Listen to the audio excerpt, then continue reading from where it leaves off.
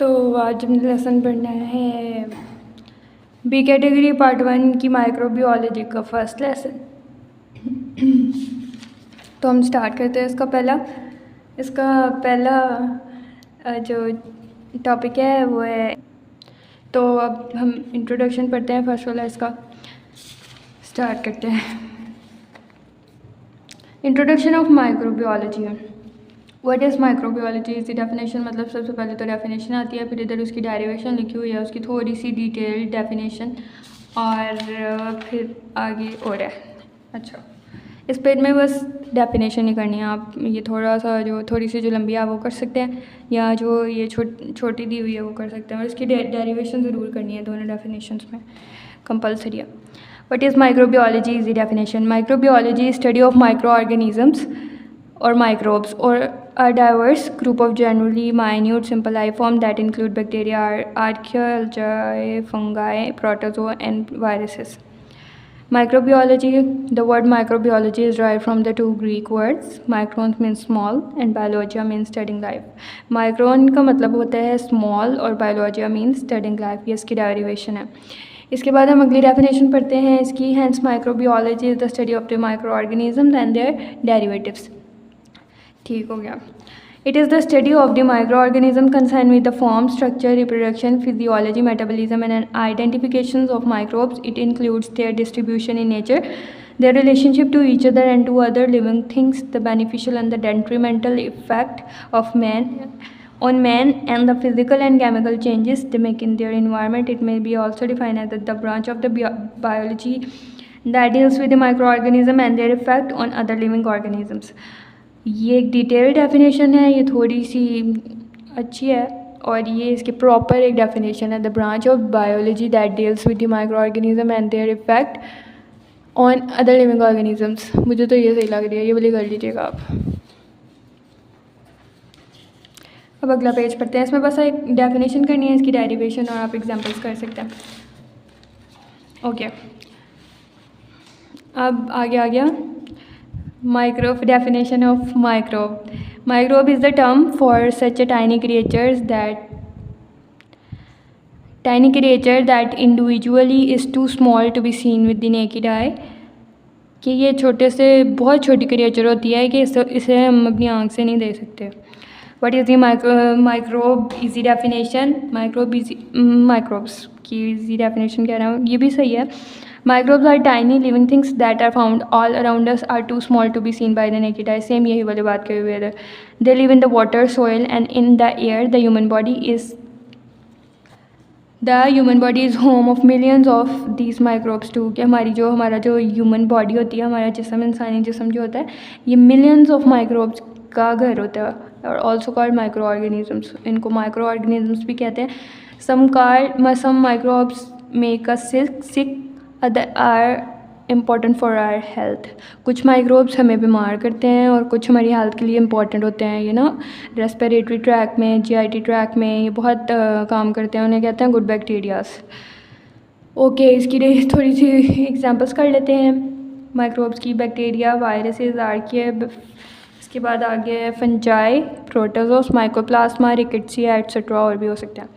और इसमें हमने करना क्या है, पहले पेज में हमने क्या पढ़ा था, इस पेज में बस हमने डेफिनेशन करनी है माइक्रोबियोलॉजी की और उसकी डेरिवेशन। इसमें हमने डेफिनेशन पढ़नी है माइक्रोब की और उसकी थोड़ी सी एग्जांपल्स पढ़ लेनी है। नेक्स्ट पेज पे देखते हैं क्या है। नेक्स्ट पेज में इसकी थर्मोएसिडोफाइल भी एक बैक्टीरिया, तो इसकी एक टाइप होती है, आर्किया बैक्टीरिया होता है इसका नाम। Thrive in super hot super acidic condition. The red stuff on the rock, जो पत्थरों के ऊपर रेड कलर का कुछ स्टफ लगा होता है उसको कहते हैं आर्किया बैक्टीरिया। वो थर्मोएसिडोफाइल्स होते हैं, मतलब बहुत ज़्यादा टेम्परेचर में और बहुत ज़्यादा एसिडिटी में वो थ्राइव करते हैं। मतलब उनकी नशोनुमा होती है बहुत ज़्यादा गर्म और बहुत ज़्यादा एसिडिक कंडीशंस में।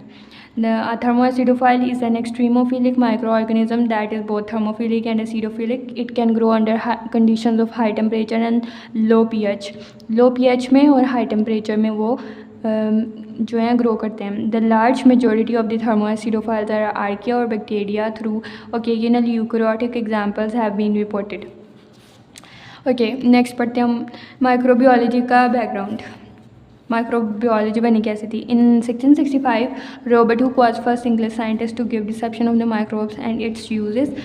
1666 में रॉबर्ट हुक एक साइंटिस्ट था, एक इंग्लिश साइंटिस्ट था, उसने माइक्रोस्कोप के यूजेस को बताया था, मतलब एक थोड़ा सा छोटा सा एक उसने उसके बारे में उसका इंट्रोड्यूस कराया उसे, but he didn't invent it, लेकिन उसने माइक्रोस्कोप को इन्वेंट नहीं किया था। He described a slice of cork and suggested the cork was composed of department which he called cells.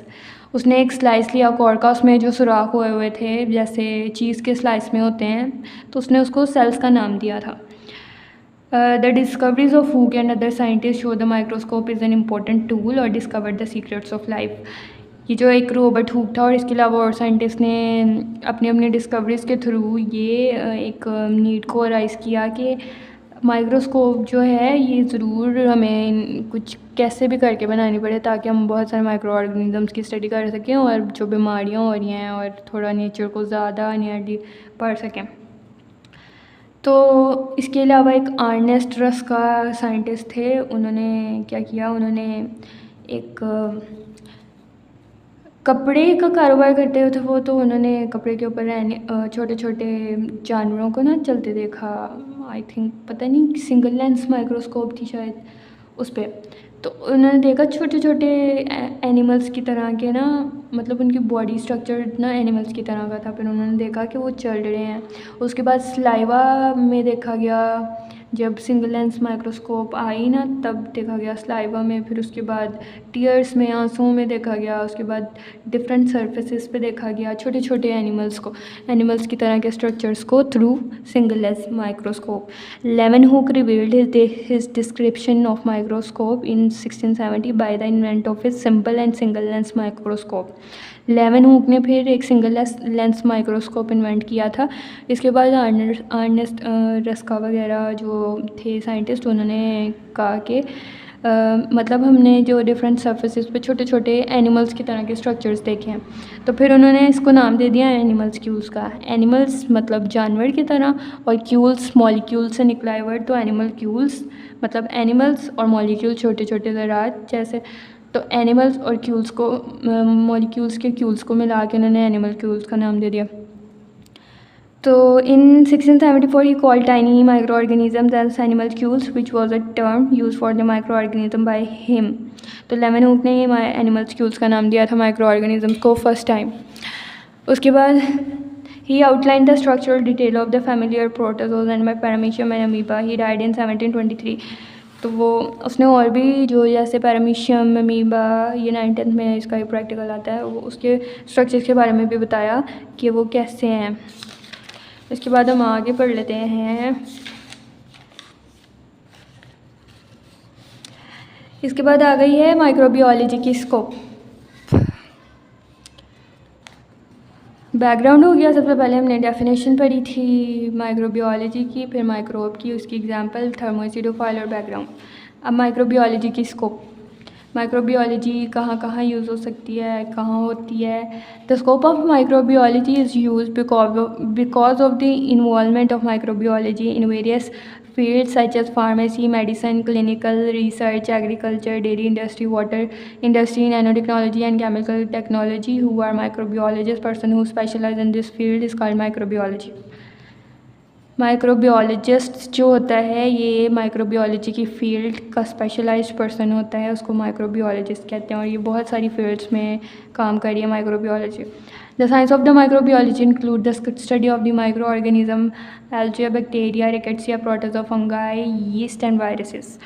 Without the harmless organisms which convert complex material into simple substances, life would be uncertain.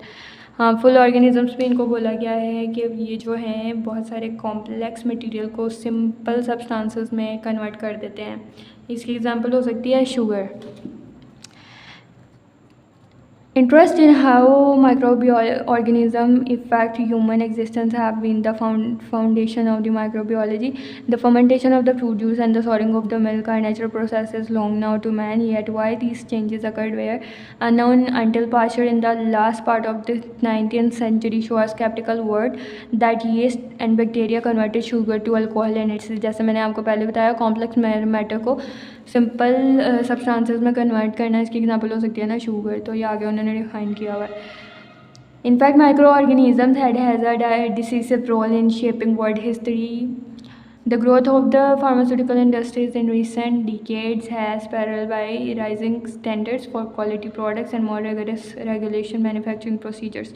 इसमें आपने बस 2-3 points करने हैं जैसे आपको लगे, क्योंकि इसमें जो 5 नंबर्स का क्वेश्चन आता है अगर तो आपने मैट्रिक किया हुआ है तो आपको थोड़ा बहुत पहले से ही पता होगा, वो भी आप इसमें ऐड कर सकते हैं. बस एक 5 नंबर्स का ना एक पेज फिल करना है यहाँ पे, तो इसमें जो आपको इजी लगे वो आप कर सकते हैं. इसमें ये जो बोल्ड राइटिंग में लिखा हुआ है वो एक एक पॉइंट बना के भी लिख सकते हैं.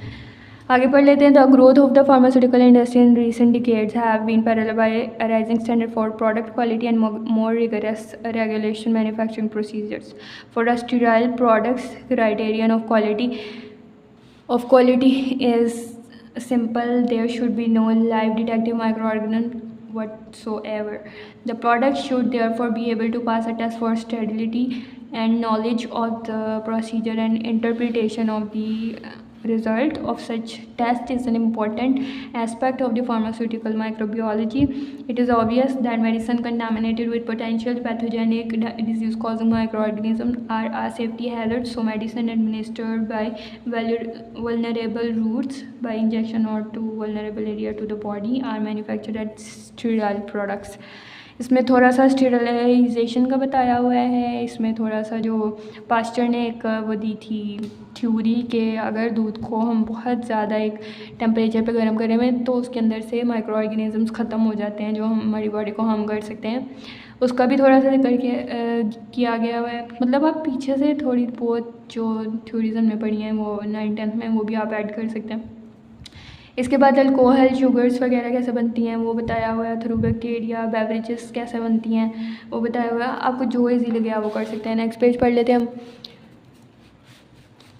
Disinfectants and the properties of the chemicals used as antiseptic, disinfectant and preservatives are subjects of which pharmacist and other person responsible for the manufacturing of the medicine should have a knowledge both from the perspective of biocide use in the product formulation and manufacturing, because antiseptic, disinfectant are pharmaceutical product in their own right. Injection will also be subjected as for the pyrogen. These are substances that cause a rise in body temperature when introduced in the body. The first sterile medicine ये भी हो गया. इसमें भी पहले वाले बताया हुआ है स्टेरिलाइजेशन की टेक्निक जो आपको इजी लगे. कोई से 5 पॉइंट्स आप इसमें से कर सकते हैं. तो माइक्रोबायोलॉजी की स्कोप भी क्लियर हो गई. इसके बाद हम माइक्रोबायोलॉजी का फ्यूचर पढ़ सकते हैं. फ्यूचर में किस किस काम आ सकती है. ये बुक क्योंकि पहले की बनी हुई है तो उनको मतलब अब नहीं बनी हुई, लेकिन अब ये सारी माइक्रोबायोलॉजी जो इधर इन्होंने फ्यूचर बताया हुआ है वो आज की हमारी प्रेजेंट एज में सारे काम हो रहे हैं. Science dominates the 20th century, जिसमें हम ये अभी जो चल रही है 20th century. Science dominates the 20th century and microbiology in one of the newer science. Microbiology is dynamic exploding and revolutionary. अब इसमें कहते हैं ये कैसे वैक्सीन्स कैसे बनी हुई हैं उसका जिक्र आया हुआ है. Discovery of some of the vitamins इसका जिक्र आया हुआ है. इसके बाद केमिस्ट्री में कैसे, स्पेस ट्रैवलिंग में कैसे यूज़ होता है ये इजी वर्डिंग में बताया हुआ है. फिजिशियन और जियोलॉजिस्ट मतलब सो एंड पे आया हुआ है कि thus microbiology is important from the core of the earth to the far reaches of the outer space. ज़मीन से लेके आसमान तक हर जगह माइक्रोबायोलॉजी फैली हुई है और काम आ सकती है. इसमें बस ये बताया. आज का lesson clear. Thank you so much.